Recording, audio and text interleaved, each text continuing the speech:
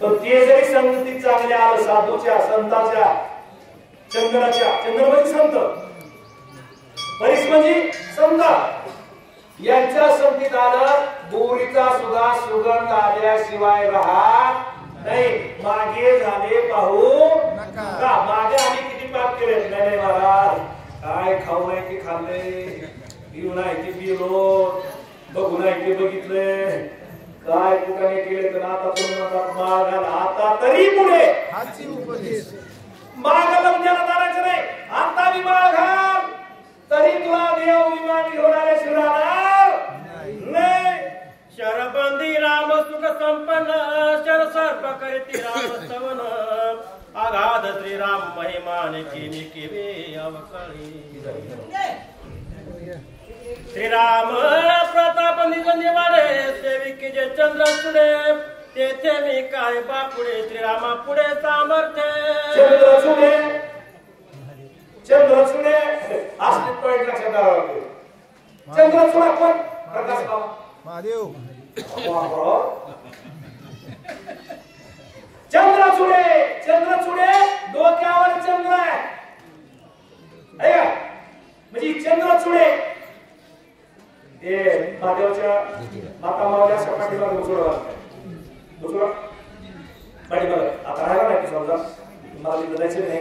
पण महादेवाच्या डोक्यावर असा बांधलेला बुचुडा होता. त्या बुचुड्यातून अशी एक बारीक वरी धार जायची. धार गंगेची ते पाणी साऱ्या अंगावर पडायचं आणि ते पाण्याची धार त्या चंद्राच्या कोरीवर पडायची. चंद्रावर बांधला होता. महादेव तरी काय गोडी नव्हतं का? महादेव काहीतरी पिऊन बसलाय का? तर आगाची आग सुटली. काय केलं? समुद्रातून निघलं हल हल विषय आणि ते पिऊन टाकलं. गेलं सगळ्या आगाची आग सुटली. याला हे करावं लागलं. हातीचं कातडं बांधावं लागलं. डोक्यावर चंद्र धरावा लागला. डोक्यावर गंगा धरावा लागली. आणि तेवढे तुम्ही राहिले नाही. शिव हळहळे कापला राम नामे शीतळ झाला. मला लय मोठं कळत नाही. आपण परपंच किती मी तापलो. परपंच संसार तापे तापलो मी देवा करिता या सेवा कुटुंबाची. इथं राजा असू द्या, फरदार असू द्या, पैशावाला असू द्या, भिकारी असू द्या, लय मोठ्या पोरावाला असू द्या, आणि जो पोरग नाही ते असू द्या, परपंचात तापलेलाच आहे. परपंचात वैतागलेलाच आहे. परपंचात खरडलेलाच आहे. किती बी केवढा मी परपंच केला, केवढा मी केला, तरी सुद्धा पोरगण बायको म्हणते आम्ही म्हणून ह्याला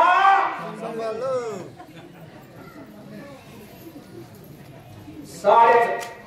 माझ्या घरी आता मला काय भूषण सांगत नाही. माझ्यासारख्या घ्यावं का म्हणल्यावर मी घ्या घेणार नाही. अगर काय मुले मोठ्या वर वर पारखणच नाही.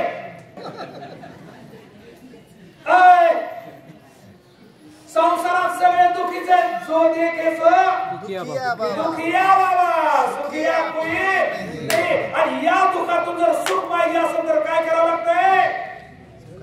भजन करावं लागतंय, रामायण ऐकावं लागतंय, कीर्तन ऐकावं लागतंय, परमार्थ करावं लागतंय, भुकेल्याला अन्न द्यावं लागतंय. आणि तेवढं समाधान मनात राहतं. या नाहीतर झोपीच्या 5-5 गोळ्या खाऊन सुद्धा झोप येत नाही.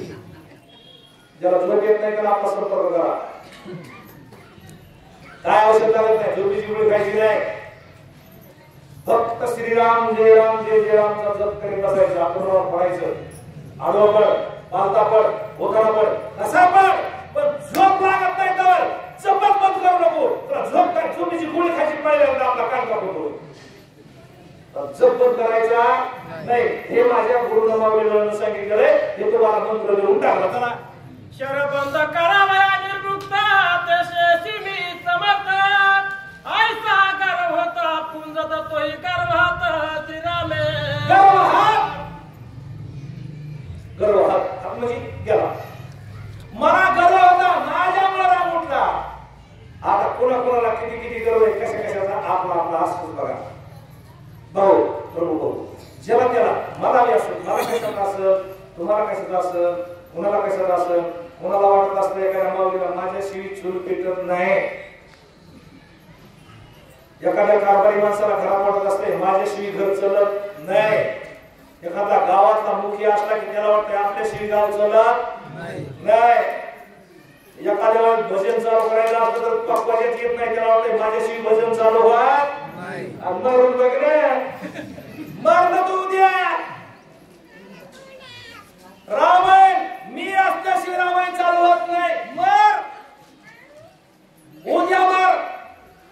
बघू रामायण बघला का कोणाचे कुणा वाचून काय आजपर्यंत किती गेले, किती मेले, कोट्यान कोटी आजा मेला, बंदा मेला, बाप नातू बंधू पण काय गर्वच पडलाय,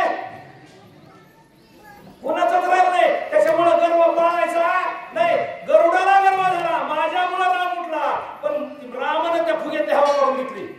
कुणाच्या गरुडाच्या.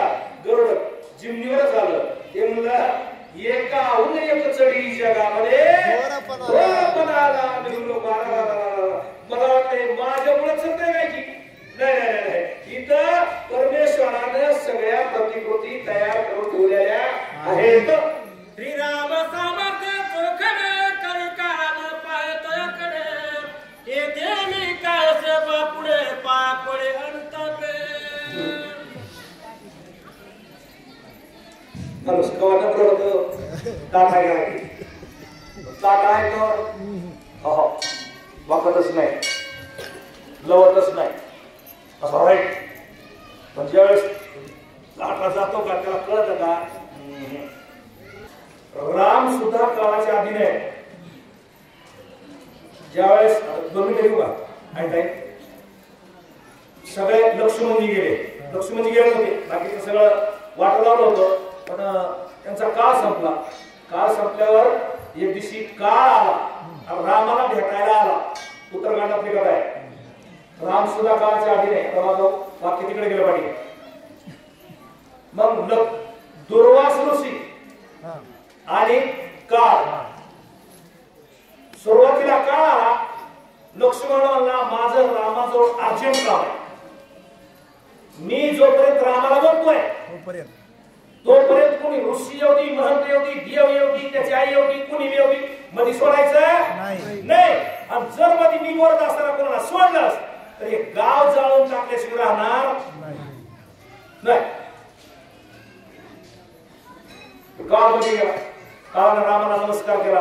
रामा तुटला आयुष्याचा पसारा. तुमचं 11,000 वर्षाचं आयुष्य आहे. 11,000 वर्ष संपले. तुम्ही लवकर निघायची तयारी करा. म्हणजे राम सुद्धा काळाच्या अधीन आहे का नाही. चला आता ते कुणीकडे आलो अजून 2 मिनिटं गेलो. मग तेवढ्या दुर्वास ऋषी नाराज. दुर्वास ऋषीने लक्ष्मणाला सांगितलं मला रामाची भेट घ्यायची आहे. ते म्हणलं थोडं थांबा. मला थांबा म्हणतो. कुणाला मला ज्याला कुणीच रोखत नाही हिंदुरापासून मला थांब म्हणतो. ते म्हणा एक महात्मा पुढे गेले ते थांबा. थांबणार नाही नाहीतर गाव जाळून टाकील. ह्यो बी म्हणला गाव जळेल, ह्यो बी म्हणला गाव जळेल. लखन म्हणला गाव जाळण्यापेक्षा काय माझ्यावर संकट येईल तू बी जा. दोन्ही मध्ये गेले. राम बाजूला आले. रामाने लक्ष्मणाला सांगितलं लखन आतापर्यंत तू चांगला होतास, पण आता तोंड दाखवायच्या लायकीचा सुद्धा राहिला नाहीस. लक्ष्मणानं माझं बघितलं नाही. पुढे तोंड केलं. लक्ष्मणानं शरीरामध्ये उडी टाकली. अवतार संतुलीला. म्हणजे राम सुद्धा काळाच्या ताब्यात आहे, काळ सुद्धा रामाच्या. जगा काळ खाय आम्ही माता दिला. जो जगाला खाणारा काळ आहे तो रामाच्या ताब्यात आहे. आणि जो हा चालणारा काळ आहे कालचक्र याच्या आधी सुद्धा देव आहे. मग ज्याच्यावर काळाची सत्ता आहे त्याला मी उठविलं म्हणलं असं गरुडाला वाटलं. आणि म्हणून गरुडानं पाय धरले. काय म्हणलं ते काळी गरुडे आपण प्रदक्षिणा लोटांगण हरिके बंधनी वांडर गण प्रेम संपूर्ण श्रीरामी. याला हरिविषयी ग्रंथामध्ये जावं लागते मला. गरुडाचा गर्व हरण कसा झाला हरिविषयी ग्रंथ मी न्याय केलाय का त्यांना माहिती आहे. सत्यभामेला होता रूपाचा गर्व. ती म्हणे सीतेपेक्षा मी सुंदर आहे. एकदा गेला ते म्हणलं त्याला म्हणजे रामाचा अवतार आहे कृष्ण. ते म्हणला मी कृष्ण कृष्ण म्हणजे नाही आपोला तो कृष्ण ते कोण रुक्मिणी कोण सत्यभामा ओळखीत नाही. मग म्हणजे फक्त मी रामालाच मानतो. आमचे नामदेव राय म्हणायचे कटेवरी कर नाही ज्या देवाचे नेगे मी दयाचे दर्शन. मग हनुमानजीनं गरुडाचा गर्व तिला हरण करतो. कृष्ण म्हणजे गरुडा एक वानर आले त्याला घेऊन ये तालात गेलो म्हणून माझ्यासारख्याला कुठं वानर आल्याचं नाम सांगत असते का. एका टोल्यात वानर आणतो मला मी टोल्यात आणाय गेलं मारत नाही ना असं थोडा चिमटीलं थोडं वाईट वाईट वाईट वाईट करीत मारू मागाय नाही आलं. सत्यभामेला म्हणले आपल्याला सीताभाऊ जायचंय वानराने भेटायला. इतकी नटली इतकी मेकअप 10 मावल्या म्हणाल्या मेकअप वाल्या पण तिला सीता होता आलं नाही. गर्व हरण झाला. तसा इथं गरुडाचा गर्व हरण झाला. रामाचे पाय धरण्याच्या जवळ नाही मारुद्राचे धरले अंगणाचे धरले सुग्रीवाचे धरले. बाकीचे चिलर चालत होते का माझ्यासारखे वानर महाराज माझ्यासारखे चिलर जे त्यांच्या पाया पडत सुटलं. पुढच्या जेवायला बसूनच्या दिंडीवाल्याची सुरुवात केली माग कळशीवाल्या मावल्यापर्यंत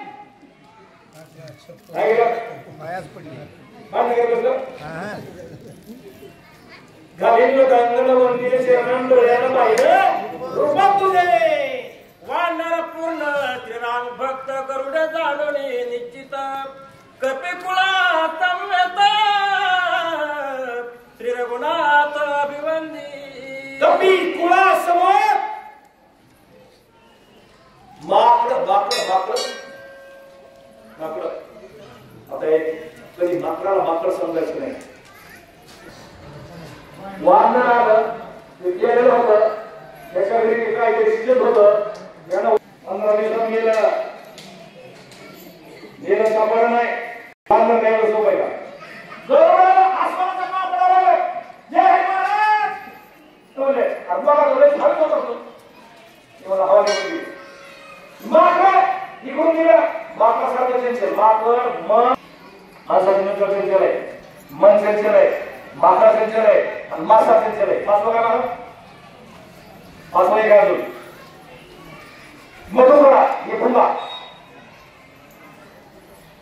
हा चंचल आहे.